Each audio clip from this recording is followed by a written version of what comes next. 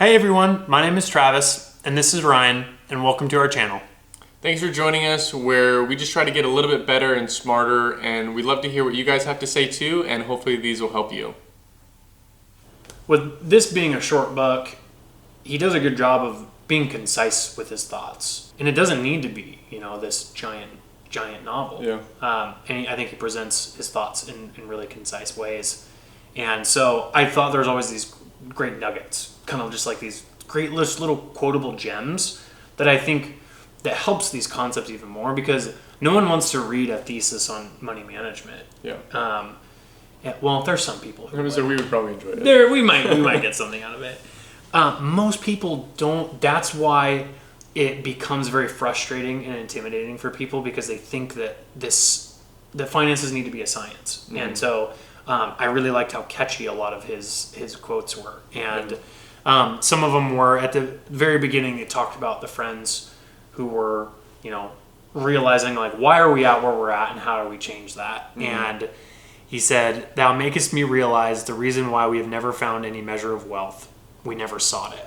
Mm. And that, I think, is a great turning point, because they put the responsibility on themselves. Mm-hmm. And they really realize, like, okay, what do we want out of this? Okay, what have we done to get there? And what have we put in to get there? Mm-hmm. And I think that's, kind of setting up that's kind of where you need to be able to then receive or be able to actually implement a lot of these things, is to get to that point. And then Arcad's talking with people who are essentially kind of like pointing out, like, well, we all came from the same place that you came from. Like, how are you in the spot that you're at?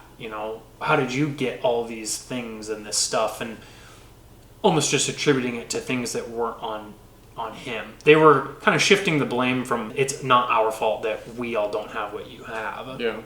And he has a great quote. Arcad says, "If you had not acquired more in a bare existence in the years since we were youths, it is because you have either failed to learn the laws that govern the building of wealth, or else you did not observe them." Mm-hmm. And it's a pretty cut and dry, and I love that it's kind of just like this, he's not going to sit and take that criticism when he's the one who is successful. Yeah. And I just love that kind of cuts to the heart of it, of like, there are very specific and very attainable things that need to be done with it. It's not just this roll of the dice type thing. That's not how wealth is built. Mm-hmm. And I think too, one point to think about and realize is, like, this doesn't have to be building wealth to be a billionaire. Yeah, exactly.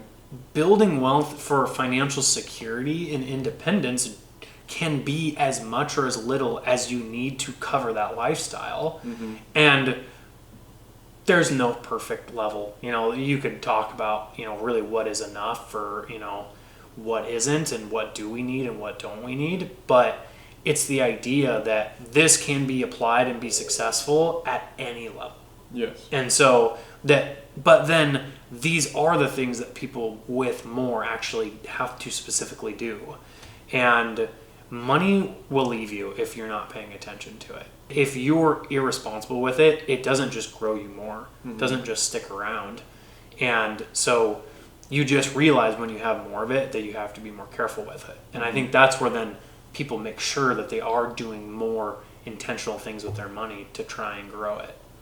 They discuss the idea of, with 100 people in the room, and say, how many of you know a rich man who inherited it or won it playing games and at the betting on horses and at the game table, is how they refer to it.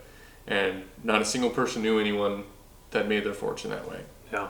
Arcad basically says you make your own luck, and it's not by luck itself, but it's being prepared for the opportunities that show up that you get to take advantage of. Yeah. And saying how you don't become wealthy gambling, and you don't become wealthy on luck. You become wealthy by setting intentional goals and habits and creating systems to get to that point. Yep. And so many people just see the end result of that person's rich. Oh, they probably didn't do anything. Like, what do they do to get there? Yeah. And it just takes a long time. And then there's so many people in our country that are wealthy that you would have no idea, because they have lower their expenses and just realize what's important. A couple quotes from the book regarding the luck specifically.